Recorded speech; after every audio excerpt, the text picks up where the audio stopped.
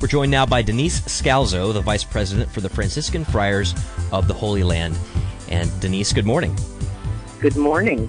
How are you? I'm doing very well, and I know the Franciscans have been custodians in the Holy Land for a long time, and they've faced a lot of threats to safety and security as a result of that. But with everything going on with Israel and Hamas, is that affecting their ministry? Well, it's interesting.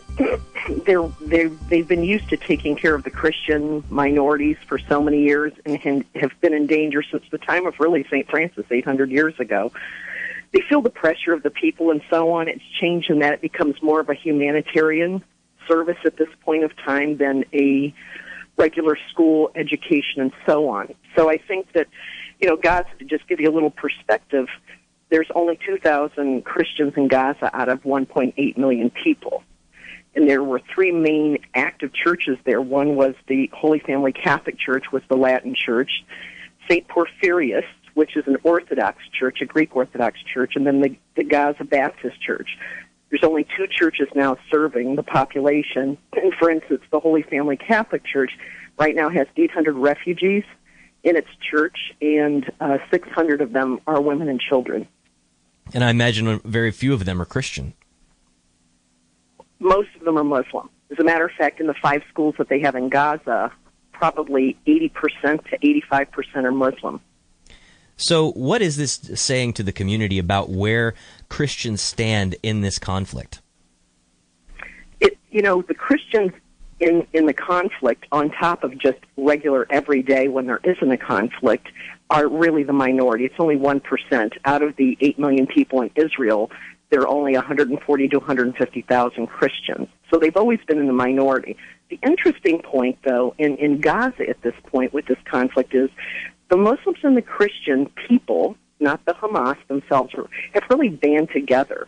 The Christians have really played out their witness in their actions by taking people, and they used to be able to take everyone in. Well, they can't take everyone in now, but it's been amazing to watch them really make room for each other, really share the food, really live their faith.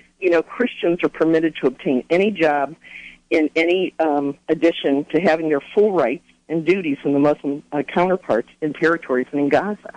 So that's one of the few places where they really have freedoms, if you will, in spite of the conflict.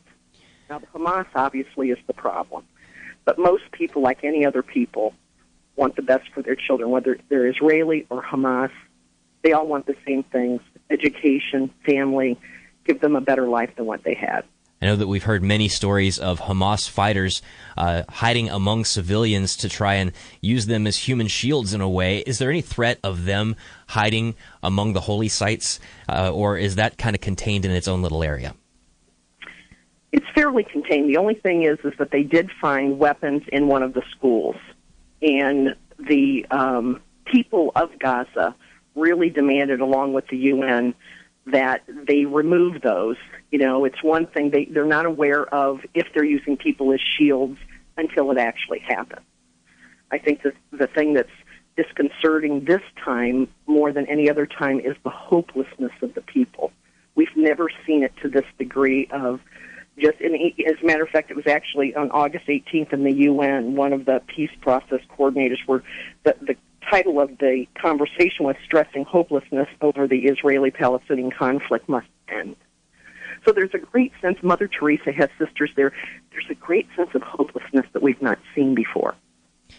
Well, and especially since Pope Francis came there to the Holy Land and met with the Orthodox Patriarch, and there was this great moment of ecumenism among Christians, and yet he's gone now, and there is violence in the area yet again. So people who maybe thought that would be the cure know that it hasn't been. Well, I think that's the disappointment with everyone, is there was great hope when he came, and he came as a peacemaker, and there seemed to be people rallying around him within the West Bank and so on. But once again, not having gone to Gaza, there's a different feel right now in Gaza versus the rest of the territory. So, we keep praying, we keep working every day, we keep, and I know the Holy Father has had the Holy Land in his prayers too, and all the peoples of all faith.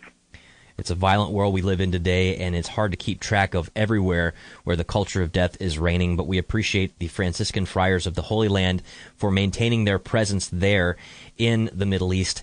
And Denise Scalzo, you are their Vice President for Operations, and I wonder if you could let us know where you could find more information about the Franciscan Friars of the Holy Land. If you go on the website to the Franciscan Foundation for the Holy Land, it's a great website. It's interactive. It's got the most current information on there. It talks about all the different programs that we have, from Children Without Borders, which reaches Gaza. It's a little soccer program for children, to education, to our boys' orphanage, to Magnificat music. There's a range of beautiful programs. So if anyone wants to partner with us and join us in supporting the Christians of the Holy Land, we would feel very blessed. And we've got ffhl.org linked at our blog. Again, Denise Scalzo, Vice President for the Franciscan Foundation for the Holy Land. Thanks so much for being with us. Thank you, Matt. Have a nice day.